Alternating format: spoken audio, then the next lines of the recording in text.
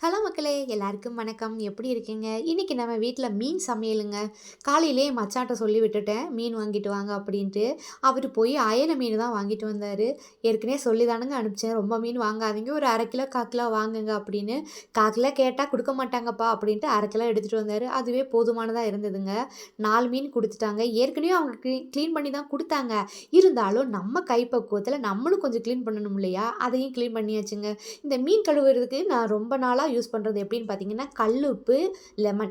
Lemon இல்ல அப்படின்னா, கல்லுப்பு கூட கொஞ்சம் போல வினிகர் சேர்த்து மீன உரசி கழுவுனா ரொம்ப சுத்தமா ஆயிரும்ங்க. கவிச்சி எதுவுமே இருக்காது. பார்க்கவே ரொம்ப நல்லா இருக்குன்னு வச்சுக்கோங்களேன். கழுவி எடுத்துட்டு வந்தாச்சு. நம்ம வழக்கமா பயன்படுத்துற மாரி தாங்க நம்மளுடைய மசாலா போட்டு மீன ஒரு 10 நிமிஷம் ஊற வச்சுட்டேங்க. ஊறுனதுக்கப்புறம் என்னப்பா அப்படின்னு கேட்டிங்கன்னா, வறுத்தெடுத்துருவோம். இந்த மண் சட்டி வாங்கிட்டு வந்து ஆப்பம் சுடணும் அந்த மாதிரி தாங்க பிளான் பண்ணிட்டு வந்திருந்தேன். ஆனா, ஆப்பத்த தவிர மத்த எல்லா வேலையுமே பார்த்தாச்சு. அதுக்கப்புறம் தான் தெரிஞ்சுக்கிட்டேன், இந்த சட்டிய வந்து அப்படியே ஆப்பம் ஊத்துனாலாம் வராது. நல்லா மயக்கி எடுக்கணுமா. அதுக்கு என்ன பண்ணணும் அப்படின்னு கேட்டா, இந்த மாரி வறுக்கிறது, பொரிக்கிறது இதெல்லாம் பண்ணணுமா. அதுக்கப்புறம் தான் ஆப்பம் சுடணுமா. சரி, அப்படியே ட்ரை பண்ணுவோம் அப்படின்ட்டு தானங்க அப்படியே ட்ரை பண்ணியிருக்கேன்.